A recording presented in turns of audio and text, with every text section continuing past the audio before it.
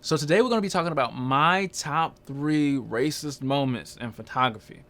Now before we do that, I'm just going to have a couple of moments of silence for George Floyd and anybody who's died or been assaulted or had anything done against them in the name of racism or racial injustice.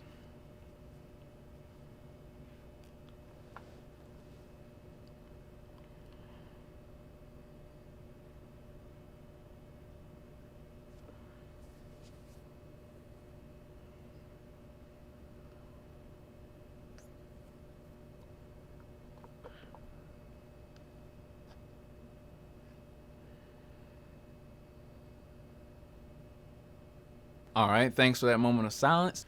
So, racist incident number 3. Now, for those of you who know me, know that I do more school photography than anything else. Now, this is a contract-based job. So, I might go out to a school, or a coworker might go out to a school that might be white or a different race. Now, this school that I went out to, I was doing sports photography, and I did pretty much all the teams. I did about 4 or 5, I believe maybe 6 teams that day. This was a couple of years ago. And apparently they were expecting a white photographer because this was a majority white school. Well, like I said, I'm black. So stand still and hope nobody notices that this ain't no tan. When I go out to the school, I do every team. The very last team that I do is the baseball team. Now, I don't want to say any names or get fired from my job or put anybody under the bus. This has actually nothing to do with the company that I work for. This has everything to do with the actual person that I encountered that doesn't work at my job. Now, apparently this school was, as far as the student body was concerned, they were expecting a white person. They didn't get that. So when I got to the last team, which was the baseball team has middle schoolers, but they're rural middle schoolers. They're very tall, very athletic, very strong, and everything like that. But they have that jock thing going on. Now the coach, when I pull up, is trying to get everybody on the field and everybody in line ready for the picture because he has a specific way he wants the picture and how he wants the stuff in the background, all this other stuff. I let him do that. And so he can control them more than I can, well, so I thought. Everything wasn't what everybody expected. So yeah, they could have been upset, but not necessarily mad at me. So I get to the field, I talk to the coach, I say, hey, I'm gonna do them like this, and the other. They're still kind of talking and being disrespectful, but I don't entertain that. I just get my flash ready, I step back, get compression on my image, and then when they're supposed to be in line and being well behaved, getting ready for the picture, I hear probably the shortest of all the middle schoolers start to mumble a mumble rap Future song. Now, he starts to mumble a rap song, and I like to listen to rap. I like to listen to all forms of music because I'm a musician. But he starts mumbling it under his breath and then looking at me, trying to incite a reaction out of me. Now, you might be saying, well, he can sing whatever he wants to, Devin. He can do whatever he wants to. Now, if anybody's heard the new type of rap where they use what we call triplet figures, whatever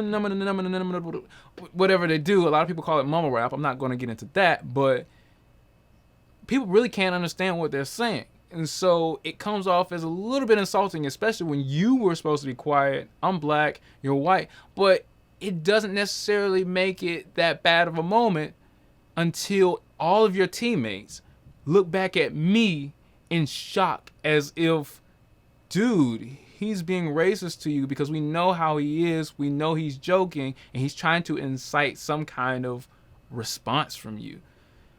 I mean, you can sing whatever you want to, but when a black guy comes up to your sports team and he's hired by the school to do work for you, there's definitely a dynamic there. I'm not going to get into that. But then on top of that, your coach several times told you to be quiet. And out of all the things you could have said, you start mumbling a rap song under your voice to say, oh, this is a black guy. He must love listening to this. And then you start laughing on top of that. And then all of your classmates or all your teammates then look back at me like, oh crap, he shouldn't have done that. What is this black guy gonna do now? So that's a racist moment. It really made me kind of uncomfortable. I didn't really necessarily care about actually producing the image, but it just made me uncomfortable. It made me feel like, oh, well, they think they can just say anything and expect me to feel any kind of way just because I'm working for them and I can't leave because it's my job, kind of thing.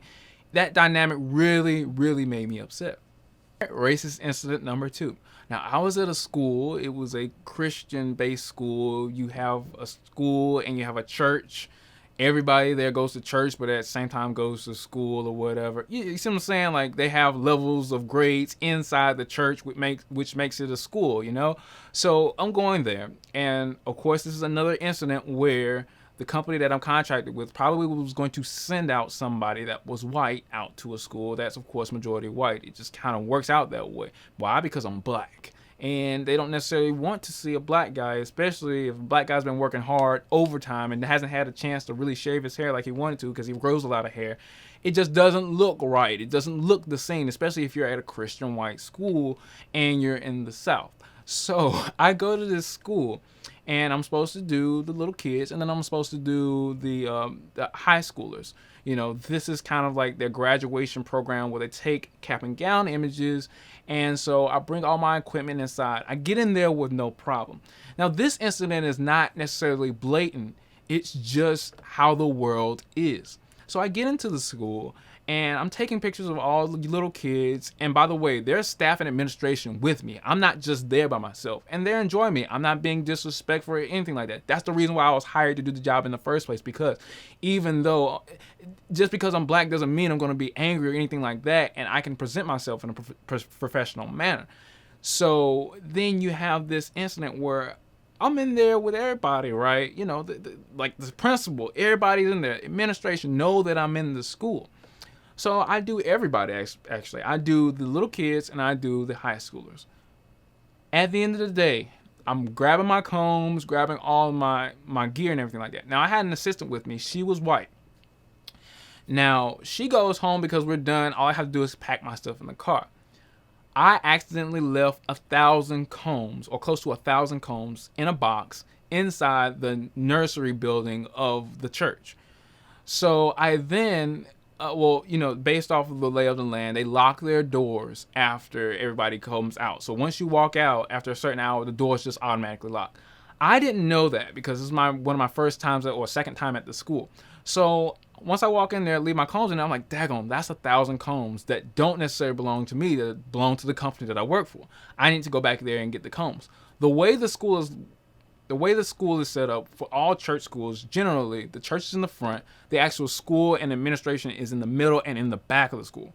But I didn't really think about that at the time. I just knocked on the door just to see if, you know, somebody was going to open the door because I've been there for at least 4 to 5 hours at this point. So it's kind of like, okay, let me just go back in there and get my combs and see if somebody's going to open the door. So I just tap on the door. I didn't want to walk all the way down to the office at the back of the school just to get my combs, right? Or somebody could just hand me the combs through the door. I'll be off on my merry way. I knock on the door. Majority white school, white administrator. She walks past the door. She deliberately ignores me. So there is a door next to the door, about, I want to say, 20 feet away. There's another door that's the front of the church. And so, yeah, I got like a hood on and you know, it's cold outside. I got a hood on and a jacket on or whatever. And I go to the front door. Now, mind you, it's so cold that I have my work gear shut off, but I goes to knock on the door and they run in the opposite direction. I see them running in the opposite direction. If they could have just came to the door, I could have had a sign up or said, hey, I'm the photographer. Can I please go in there and get my combs? But they didn't even give me the chance today. So I look around and I go to search for the office. And nevertheless, I go up to the office and I talk to the lady who was with me during the picture taking process. And I say to myself, now it took me a long walk to get to the office. I could have drove down there, but traffic circles, all this other stuff. Trust me, if you work at schools, you know. Now, I walk all the way down to the office and I say, could you please open the door, unlock the door so I can go get my combs? I don't know how to get to the church sanctuary otherwise. So once I get to the right spot, the actual administrator is on the phone and she says, Sorry, ma'am, that's our photographer. Please don't call the cops. But she called the administration so they could make a phone call out to the cops. You could immediately understand that by the look on her face. So she then walks me down to the sanctuary and then the nursery to go get the combs, and I'm off on my merry way. Now, to put a little disclaimer, there's a note on every school's doors, on every church school's doors, that you need to check into the main office when you get there initially. But you know how that moment where you just missed the door and it locked on you? The first thing I was thinking, I was like, oh, dang, the door locked. Let me knock on the door real quick and see if somebody can come to the door. I was there for hours. I didn't think that I had to walk all the way down to the office just to, hey, my combs are right there. There's obviously probably going to be somebody still in that room or near that knows me, that saw me, and say, oh, here's your combs. There you go. Literally, it was like 2 feet away. It was just not my initial instinct to do that, to go to the office immediately after that door shut. Reaction just told me to knock on the door. She almost called the cops on me. And it was a part-time day. All right, so the number one racist moment. Before I get into that one, I want to get into some honorable mentions. And actually, honorable mentions don't actually go to people who are in the white race. It actually goes to people who are black.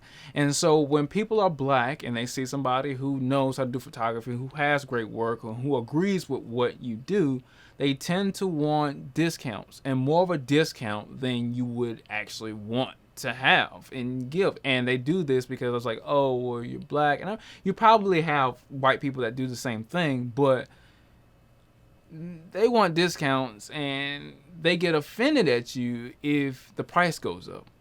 And this is black people asking me to do work with them. I'm like, well, sorry, we can't work together. Just because we're black doesn't mean that I should afford you any concessions. As a matter of fact, you should support me more because you support the fact that I'm black and I'm doing great in the photography or video field. And don't try to disrespect me and say, oh, it's because we're black, we should look out for each other, when I have a price and I don't want to budge on the price because I invested so much time. And that's disrespectful. That's so much disrespect. Honorable mention goes out to anybody who's trying to get this discount on top of a discount on top of a discount just because our races align with each other.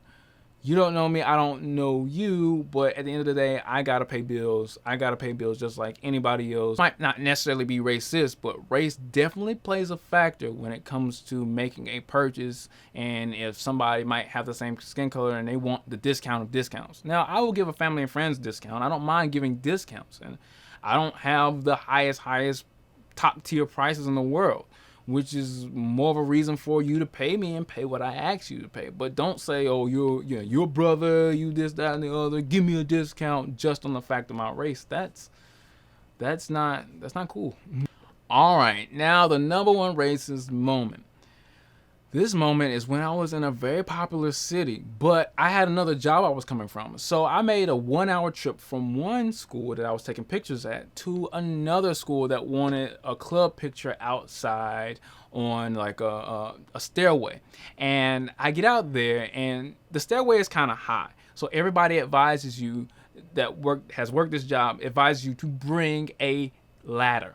So I have a ladder, I have a tripod, I have all these things to stabilize my camera while I'm on the ladder, all this other stuff. I set up the ladder across the street because they want the pictures on the stairway. Now this is a narrow street. You stand on a ladder, you take a picture. And this is not just any old, 6-foot ladder. This is a 10-foot ladder. So I'm pretty high taking pictures to equivocate, so the image won't look like a little person took a picture of it and shooting up at them. It's a pretty prestigious picture. I set up my Flashpoint Xplor 600 on Pocket Wizards. I'm ready to go. I have a co-worker with me who is white. Now this is technically the job that I'm supposed to turn in. This job is under me. It's my responsibility that it gets done and processed. So essentially I'm kind of the leader of the job. I'm really the only one on the job. He was just there to assist me. Not to say that he's not a great guy. The context of my coworker is just that he's white and he's in a suit.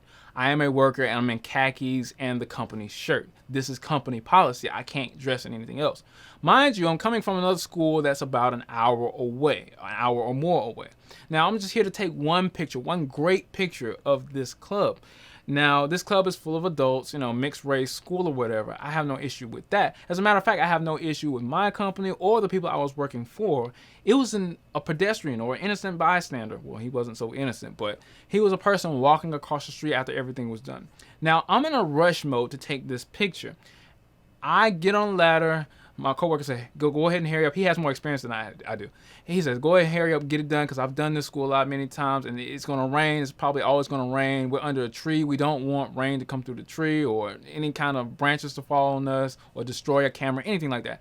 I rush up on the ladder. I get up there. I take the shot. Now, mind you, I have to wait for about 40 people to show up because everybody wants to be in the picture, right? So I'm on a time crunch, and it's about to start raining. I get off the picture just in time. The rain's almost falling down. Now, as I'm slowly getting down the ladder, the rain starts to come and saturate the ladder. I'm trying to close it up and bring it down. Meanwhile, a person is walking across the street. My coworker intercepts him. He walks across the street at the same time. Now, mind you, visualize the street because it plays a big role into this actual event. There's a sidewalk on one side of the street, a little bit of a sidewalk on the other side of the street, and it kind of comes off. That's the side of the street I'm on. It's like dirt mixed with a sidewalk kind of thing going on. But I'm on that side of the street. There's another side of the street where a sidewalk, and then the road is in the middle. Now, this guy's walking on my side of the street. Now, he's a white guy. He's an older white guy. He's walking down the side of the street that I'm on. I'm taking a picture. Obviously, he's walking, so he saw me take the picture. He's been walking on the street for quite a while. Or the sidewalk. I don't know where he was coming from, but he was definitely seeing us. We were stopping traffic and trying to get the picture off just to have a great picture. Now, it's not like we're in a main vein of this big city. Not many people are going across the street driving, so it's not like we're trying to block off the sidewalk just to take a picture. This guy comes across, he intercepts my coworker, and he says to my coworker, who is white in a suit, he says, my coworker says, "Excuse me, sir." This guy says, "Oh, don't worry about you, man. It's that guy." Then he points at me, who was black, and he says, "It's that guy. That guy is the one that's in the way. I'm trying to walk down the street, and he's obstructing my vision. My hotel, my apartment is just right there. There's no way this D-bag," all these names and expletives. The only thing he didn't say is the N-word. I'm pretty sure he said everything in the book to try to disown me, discredit me, and make me feel I was less than my coworker who was white in a suit walking across the street. My coworker continues to walk across the street, but my coworker did mention to me that he heard all of the racist things that were going on. And he was ignoring it as if it didn't happen while it was happening. And I'm trying to close up a ladder, and I'm looking like the worker who's getting cussed out by just a pedestrian walking across the street. And he's upset. Why? Because I'm obstructing his walking path when all he had to do was walk on the other side of the street. Now, nevertheless, I put everything up. I don't even entertain him. He just sounds like he's a little old, withered. He's had a bad day. I didn't know, but I didn't have time to entertain him. Why? Because I had to go back to the school I was originally slated for, and they were having issues down there, and they needed a man presence to actually diffuse some of the situation and show a little bit more assertiveness and also help pack the equipment back up. So I didn't mind driving an hour back after I was just racially profiled and I had a racist incident. I didn't really think much of it, but what if he was somebody else who had more power over the situation? What if he was somebody who were going to call the cops again? What would he have said to them? And what would have happened to me if I couldn't get all my stuff in my car and pack up all my equipment before the cops came? That could have turned out a lot worse for me. And then you got this guy who might not be in the right frame of mind and is racist and could have made that day a lot worse for me. Especially I had to go back to work, working overtime that day.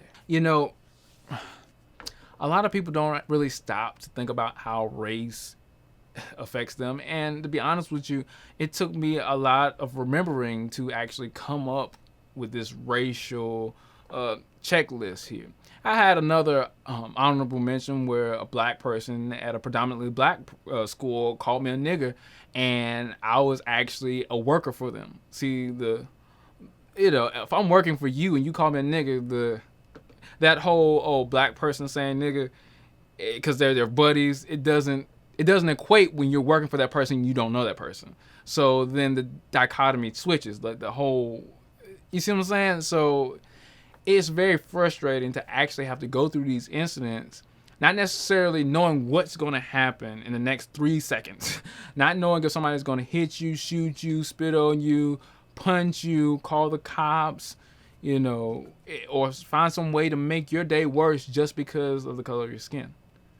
But this is just my experiences, guys. I'm not for the looting that's happening on right now, guys. All these crimes that are being committed in the name of protesting is not great. It's not good at all. I hate stuff like that. It makes me sick to my stomach.